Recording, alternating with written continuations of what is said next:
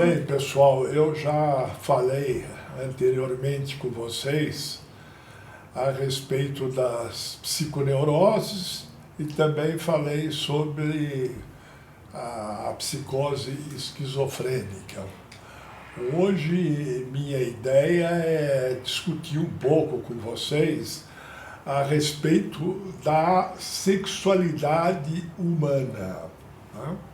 Então, quando nós pensamos na sexualidade humana, nós temos que pensar tanto na heterossexualidade, como na homossexualidade, na assexualidade.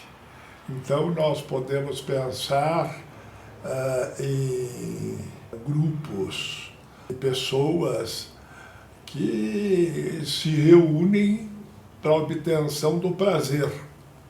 E até pessoas que se escondem deste prazer e buscam no isolamento uma forma de defesa em relação à própria sexualidade. E é claro, existe também as pessoas que escolhem a masturbação com esse fim de prazer. A gente pode imaginar que homossexualidade, heterossexualidade, por exemplo, a heterossexualidade, seja uma coisa muito antiga, e não é bem assim, né? O Dorland, só em 1901, falou a respeito da heterossexualidade e de uma forma negativa, dizendo que a heterossexualidade seria um modelo onde o prazer humano seria excessivo frente a uma pessoa do outro sexo, de um sexo oposto a si. E também já foi pensado na homossexualidade como possessão diabólica, isso lá na Idade Média, a heterossexualidade como possessão diabólica, ou seja, já se pensou muito a respeito da sexualidade humana. Devemos ter em conta que não existe nada que fale a favor de uma sexualidade normal. Podemos, inclusive, separar todo o procedimento sexual em termos daquilo que é normal, anormal ou patológico, sem que isso signifique alguma coisa mensurável, alguma coisa bem determinada, alguma coisa onde a classificação seja bem oportuna. Foi só, recentemente, a partir do modelo freudiano, é que nós conseguimos entender melhor a sexualidade humana, que eu costumo dizer que é uma construção linguística. É estranho a gente pensar assim, mas as cadeias associativas é que garantem e fabricam uma heterossexualidade, uma homossexualidade, uma assexualidade. Ou seja, a partir de dados bem linguísticos, que nós temos que pensar nesse suceder humano de procura, de evitação, de pessoas do mesmo sexo, de pessoas de outro sexo. Então nós pensamos em heterossexualidade, assexualidade, sexo grupal, uma série de componentes aí do erotismo humano que obedecem certamente a uma construção linguística. Durante muito tempo se pensou, inclusive, na sexualidade como algo que era determinado para a função reprodutora. E é claro que, a partir do saber psicanalítico, as coisas começaram a se modificar. Agora, tanto não é no ser humano como nos mamíferos superiores, é claro que nós podemos observar uma sexualidade com fins reprodutivos e uma sexualidade com fins de obtenção de prazer, sem que a função reprodutiva seja a principal. Muitas vezes ela é, inclusive, negada. E é claro que existe uma parte dessa sexualidade que é orgânica e que aí sim visa a função reprodutora.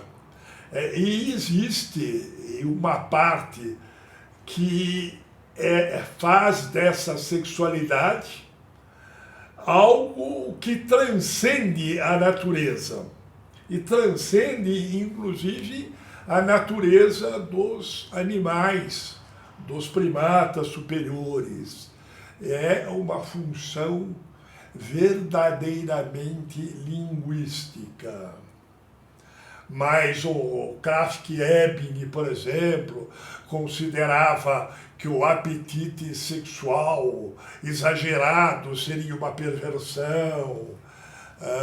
Outros consideravam que a perversão era a negação da sexualidade.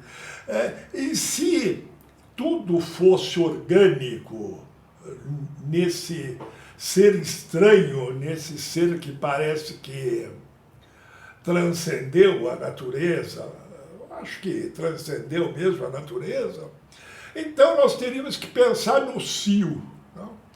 O cio, sim, seria uma função reprodutora estabelecida, estudada pelos etólogos e com uma determinação muito específica, muito marcante. E isso correspondendo, evidentemente, a uma transmissão genética para outros indivíduos, né? E é claro que no ser humano isso é muito diferente. E é tão diferente que o Freud, não é, o grande inventor aí do saber psicanalítico, chamava a sexualidade de duas formas, né? Chamava a sexualidade como uma pulsão bastante orgânica, o instinto, e uma função claramente psíquica, que chamava pulsão, tribe. O grande inventor aí da ciência psicanalítica passou a usar esses dois termos, instinto e pulsão, com o propósito de inaugurar seletivamente a constituição sexual humana como algo bem diverso do orgânico, bastante diverso do orgânico. Então, a função reprodutora, que obedece a esse cio na natureza, obedece sim à nossa organicidade. Agora, a sexualidade, que é uma coisa muito mais recente, a sexualidade, a heterossexualidade, isso é visto como construção linguística, como eu enfatizo, escrevo sobre isso, penso sobre isso, e é uma conquista bastante de associações linguísticas, que agora o prazer é algo da maior importância nesse contexto. Então, mas até nos tratados mais recentes de psiquiatria, a sexualidade era vista como algo anormal. Era vista, até recentemente, a sexualidade era vista como uma falta de orientação psicológica, uma desorientação. E é claro que é só a partir da psicanálise que a gente observa que não é possível isso, que a sexualidade, como construção linguística, como nossa parte psicológica, ela objetiva, ela busca o prazer, ela menospreza, portanto, condições diferentes do prazer que o Freud, com muita sabedoria, chamava de constelação prazer-desprazer, pensando, é claro, no sádico, no masoquista, e que vale como preliminares ao prazer genital, ao prazer verdadeiramente humano. Então, este prazer verdadeiramente humano, é claro que ele pode ser observado no desejo de ver, no desejo ver o corpo do outro, ver o próprio corpo, no sentido de apalpar este corpo, no sentido de se integrar com esse corpo, e até a obtenção da própria genitalidade. E é claro que isso implica até numa função reprodutiva. Mas antes da função reprodutiva, temos certamente que pensar na busca do prazer. Prazer ou desprazer, é claro. Se o indivíduo gostar do sofrimento, se o indivíduo gostar da dor como estímulo sexual, como estímulo erótico, como eros. Eros, que o Freud diferenciou bem de Thanatos, o deus da morte. Eros era o deus da síntese. Daí, muitas vezes, observar-se esse aspecto até reprodutivo do saber psicanalítico, mas que não constitui o verdadeiro objeto do desejo humano, um objeto construído a partir das palavras. As palavras que vão fazendo com que nossa sexualidade se encaminhe para um determinado objetivo. E esse objetivo costuma ser a busca prazerosa. É isso, mais ou menos, o que eu tinha a dizer para vocês, brevemente, em relação à sexualidade do ser humano, que difere muito da sexualidade de todos os outros seres vivos, e inclusive dos primatas superiores. E quem estiver disposto pode procurar aí num blog onde semanalmente eu desenvolvo mais esses aspectos relacionados ao saber psiquiátrico e particularmente o saber psicanalítico, envolvendo, portanto, a metapsicologia.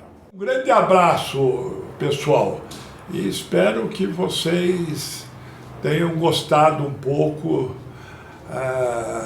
dessa forma, não é, de lidar com o ser humano, onde o prazer, o desejo estabelecem normas diferentes do que isso ocorre em todos os outros seres vivos.